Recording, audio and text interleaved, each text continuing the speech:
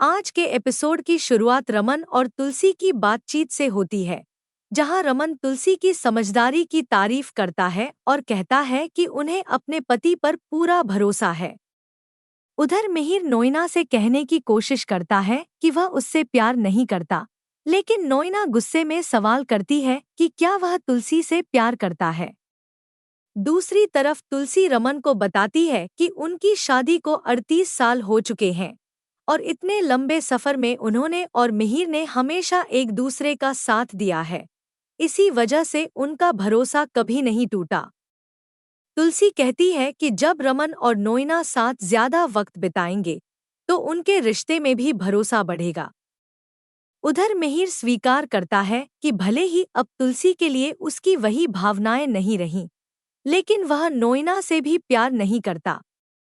यह सुनकर नोइना नाराज होकर कहती है कि अगर वह उससे प्यार नहीं करता तो उसे उसकी जिंदगी की चिंता क्यों हो रही है।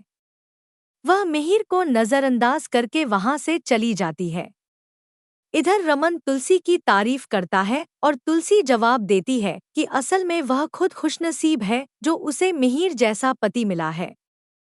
तुलसी रमन को समझाती है कि शादी के बाद उसे भी अपना रिश्ता खास महसूस होने लगेगा।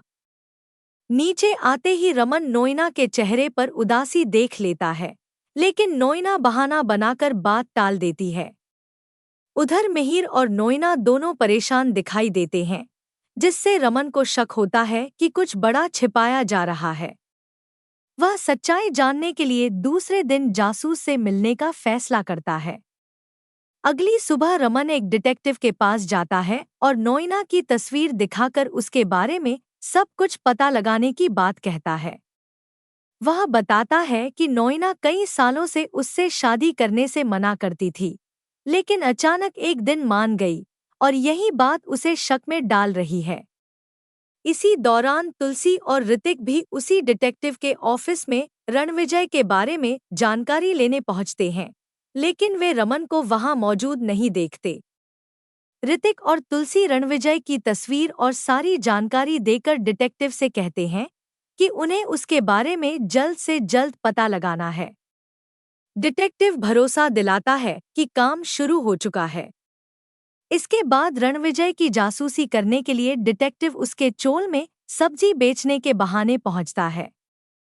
तभी कुछ लोग आकर रणविजय की पिटाई शुरू कर देते हैं और बताते हैं कि उसने 75 लाख का लोन लिया था, जिसका ब्याज समेत पैसा 3 दिनों में वापस चाहिए। अगर वह पैसे नहीं चुकाता तो वे उसकी होने वाली पत्नी के घर जाकर वसूली करेंगे।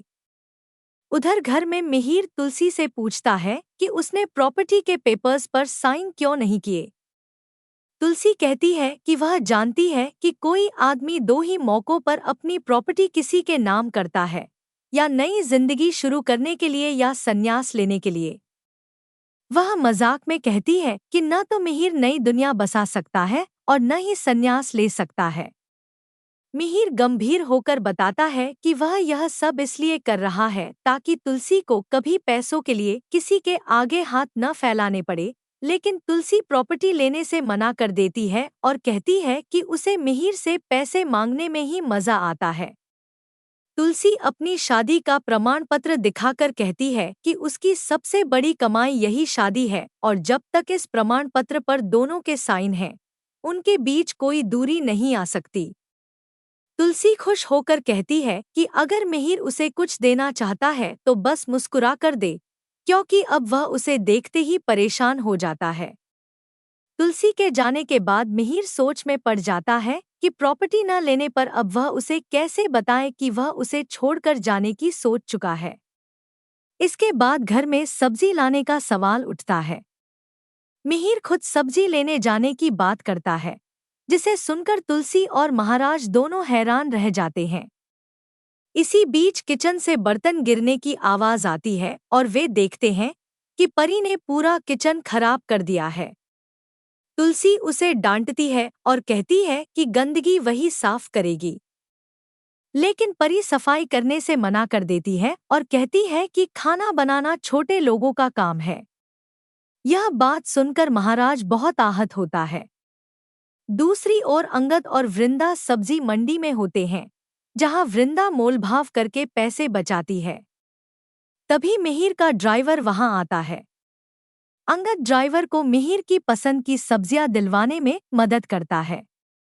जब ड्राइवर सब्जियां गाड़ी में रखता है तो मिहिर को पता चलता है कि यह सारी सब्जियां उसकी पसंद की हैं। ड्राइवर बताता है कि यह सब अंगद ने कहलवाया था। दूर खड़े अंगद और मिहिर की नजरें मिलती हैं और दोनों भावुक हो जाते हैं। अंगद हाथ जोड़कर माफी मांगता है, लेकिन उसी पल मिहिर को याद आता है कि अंगद ने उसकी इच्छा के खिलाफ शादी की थी। वह अपनी भावनाओं को रोककर वहां से चला जाता है। अंगद दुखी होकर सोचता रह जाता है कि उसके पापा ने अभी भी उसे माफ नहीं किया है। और यही एपिसोड खत्म होता है।